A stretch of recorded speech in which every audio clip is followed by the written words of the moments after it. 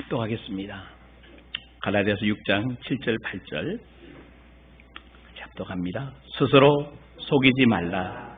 하나님은 업신여김을 받지 아니하시나니 사람이 무엇으로 심든지 그대로 거두리라. 자기의 육체를 위하여 심는 자는 육체로부터 썩어질 것을 거두고 성령을 위하여 심는 자는 성령으로부터 영생을 거두리라. 아멘. 할렐루야.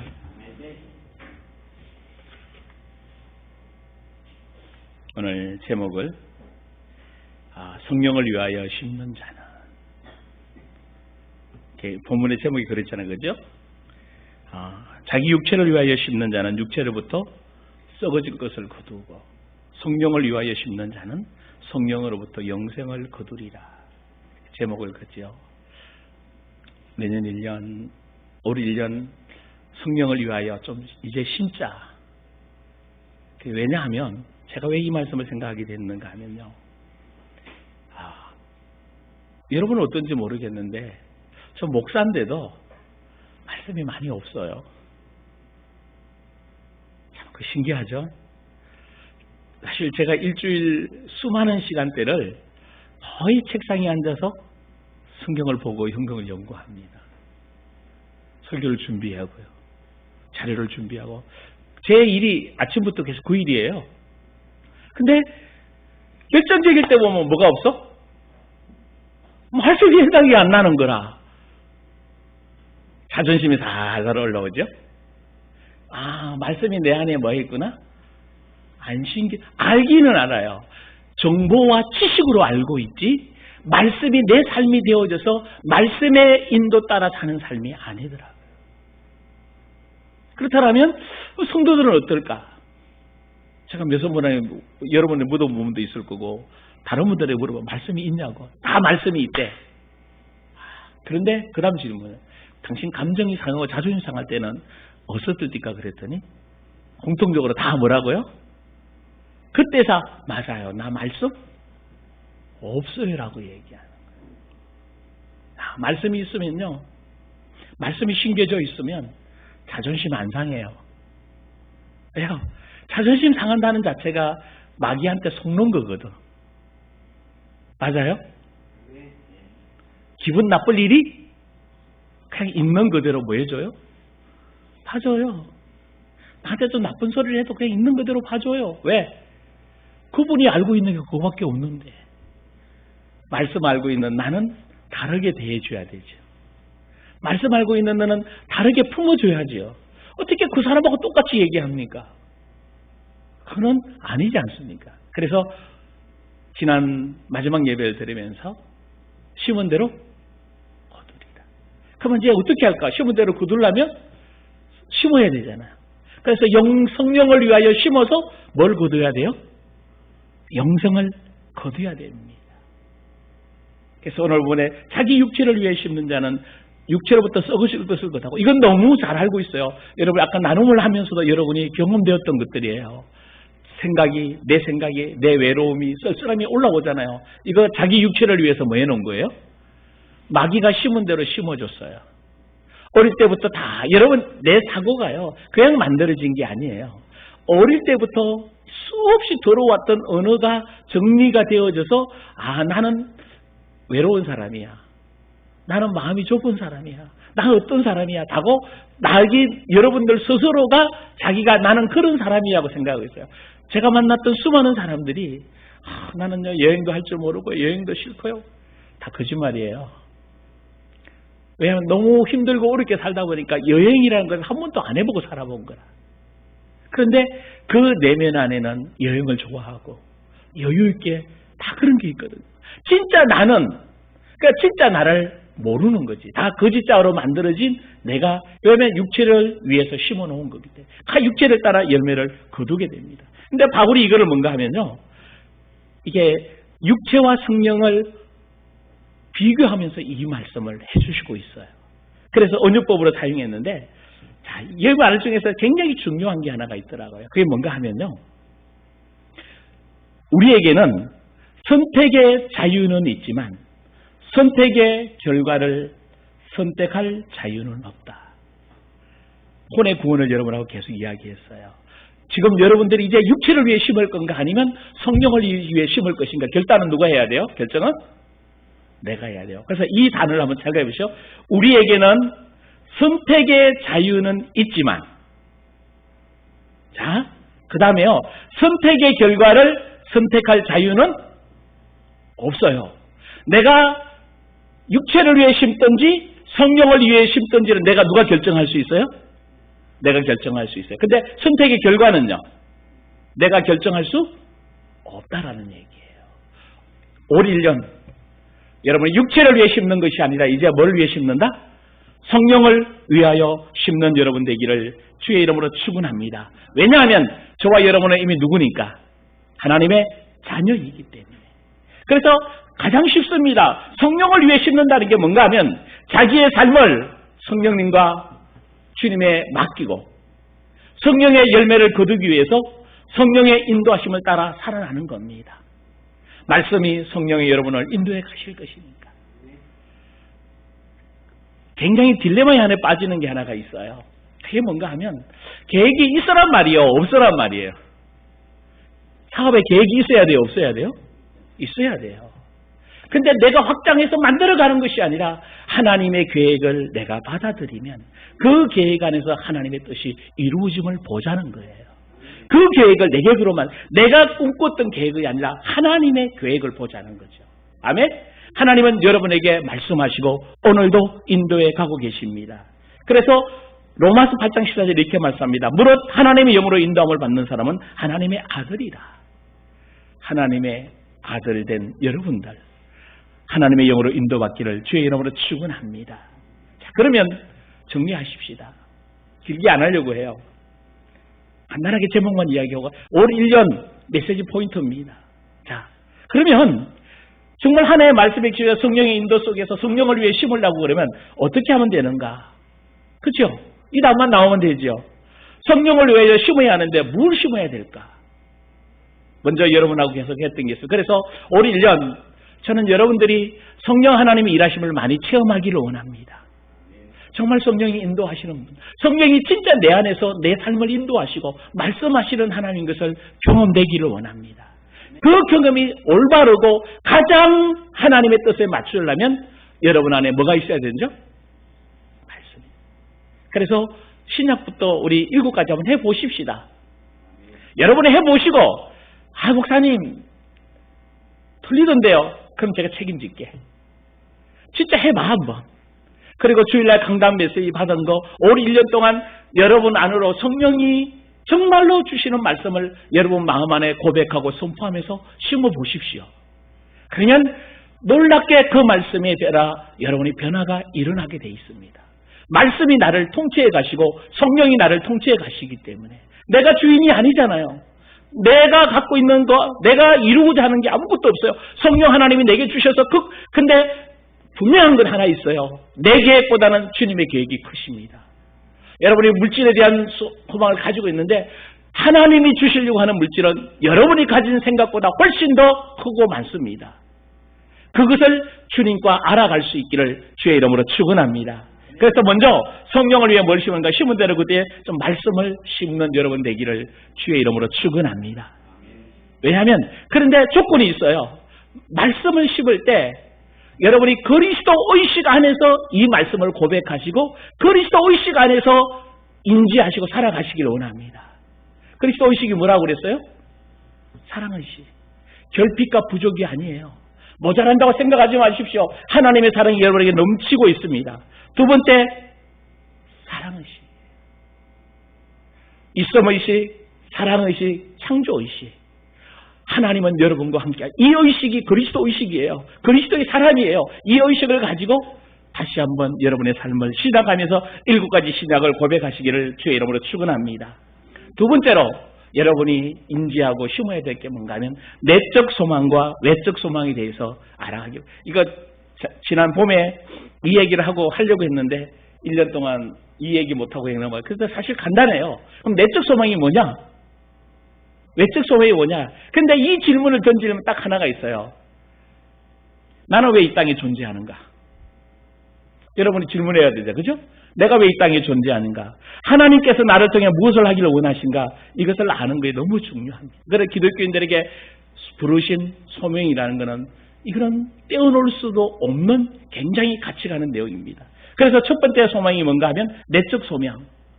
다시 말하면 예수 그리스도 안에서 새로운 피조물이 된 나는 정말 무엇을 체험하고 그 부르심에 나는 어떤 삶인가라는 것이 여러분에게 정확하게 체험되어지기를 원합니다.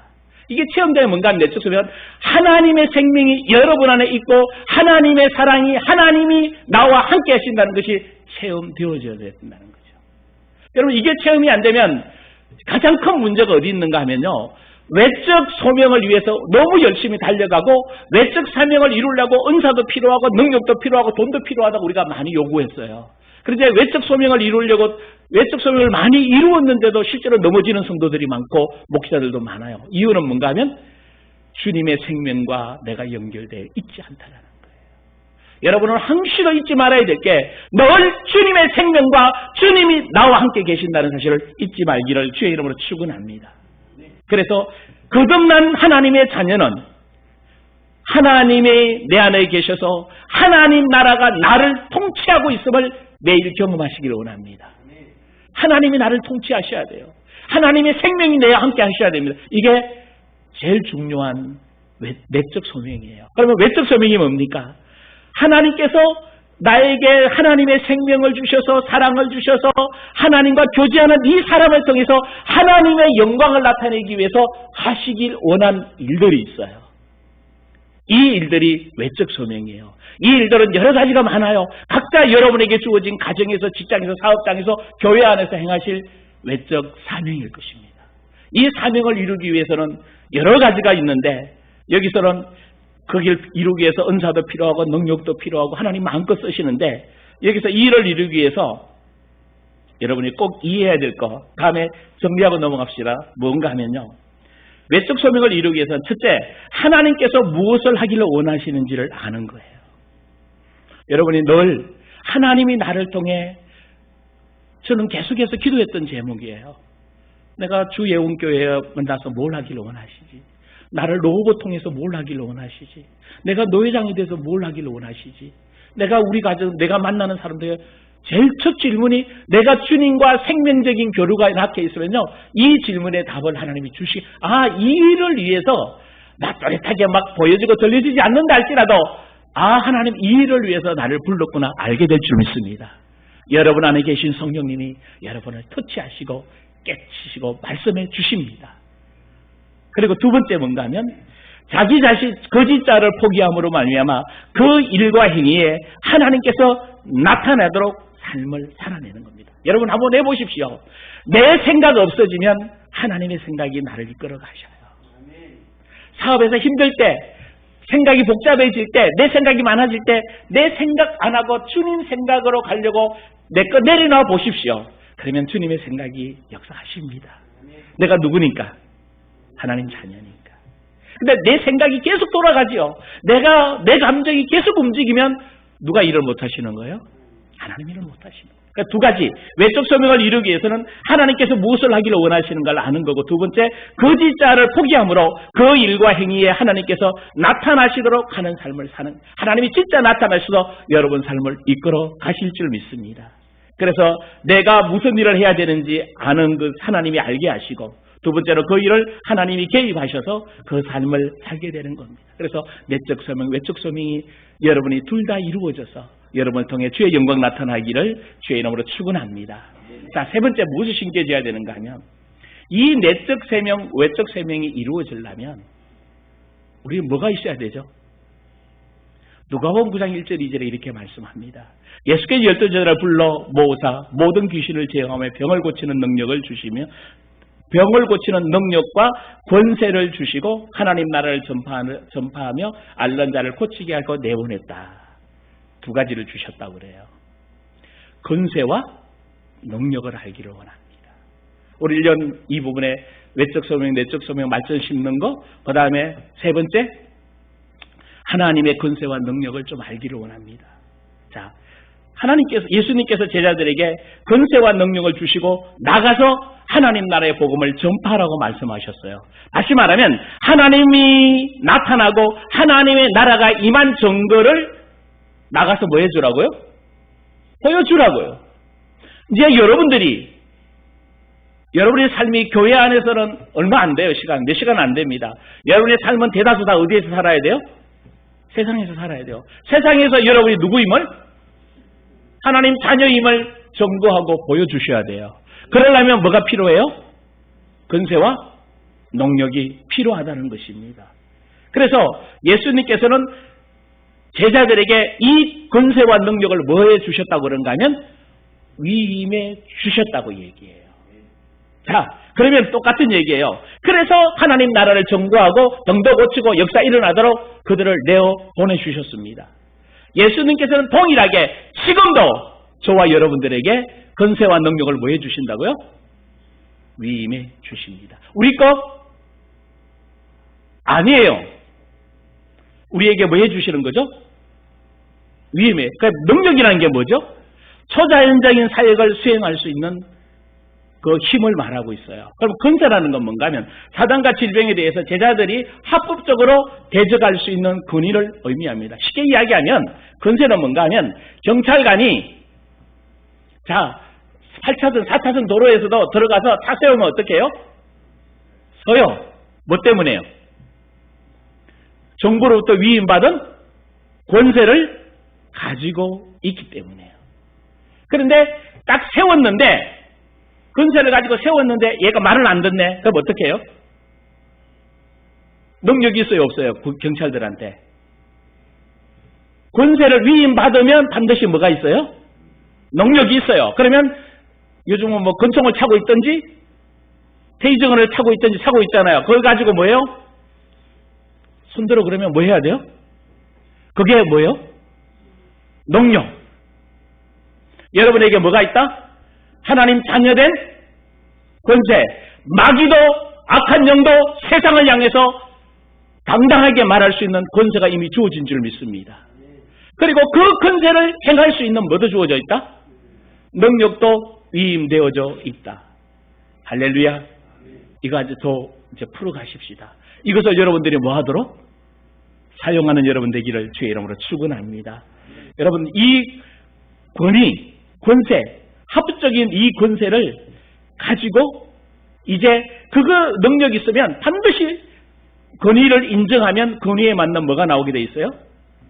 능력이 나오게 돼 있어요. 근데 지금까지 우리가 사용하지도 못했고 사실은 내가 어떤 권위가 있는지 어떤 능력이 있는지 사실은 우리 현실에서 많이 사용하지 않았어요. 근데 이제 사용하십시다. 내가 진짜 하나님 자녀인 거예요. 재미있는 이야기 하나 맞을까요? 어떤 분이 그러더라고요. 처음 예수를 믿었는데 하도 불교 우상 집안에 생겼대요.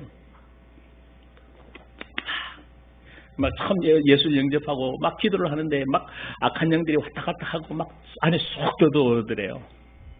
막 속에서 무서움과 두려움이 확 엄세워더래요. 그런데 들은 게 하나밖에 없어가지고 물었대요. 혹시 예수님이세요? 라고 물었대요. 이 들어온 영 보고. 그랬더니 이 영이 확 떠나가더래. 자기가 고백하는 거야. 아, 예수 이름이 능력이 있구나. 그런데 예수 이름이 능력이 있는데 조건이 하나가 있어요. 뭐가 없으면 안 돼요? 권위, 권세가 없으면 서기와의 일곱 아들처럼 뭐요? 당하게 됩니다. 그래서 이 부분도 나중에 설명하면서 올 2025년도 하나님이 주신 권위와 능력도 알고 내적 소명과 외적 소명도 알고 하나님 말씀이 내 안에 심겨져 있어서 그래서 하나님 나라가 여러분 안에 이루어져 있고 여러분을 통해 그 하나님 나라가 확장되어지고 그 하나님 나라가 확장되어지고 말미암아 여러분을 통해서 하나님이 여러분을 이 땅에 보내서 이루려 하는 재창조의 역사가 매일매일 여러분 삶에서 일어나기를 주의 이름으로 축원합니다. 그래서 새해를 출발하시면서 뭔가 막 표적 기적 역사가 아니라 말씀이 내 안에 심겨져서 말씀대로 일하시는 주님이 경험되어지고 이제 그 주님과 함께 내면 안에서 생명과 연결되어져 주님이 무슨 일 하기를 원하시는지 알고 그 일을 가지고 나가서 일할 때 내가 하나님께로부터 건세를 위임받았고 예수 그리스도의 이름에 엄청난 능력이 여러분에 주어졌음을 알고 그것을 사용함으로 말미암아 2025년도 행복하면서도 하나님이 창조의 목적에 축복된 삶이 여러분 통해 이루어지는 복된 역사 있기를 주의 이름으로 축원합니다. 그래서 성령을 위해서 심어서 성령의 열매를 거둘 뿐만 아니라 영생의 놀라운 축복된 비밀들이 여러분을 통해서 맺어져 여러분이 진정한 이 땅의 행복자로 설 수 있는 한 해 되기를 주의 이름으로 축원합니다.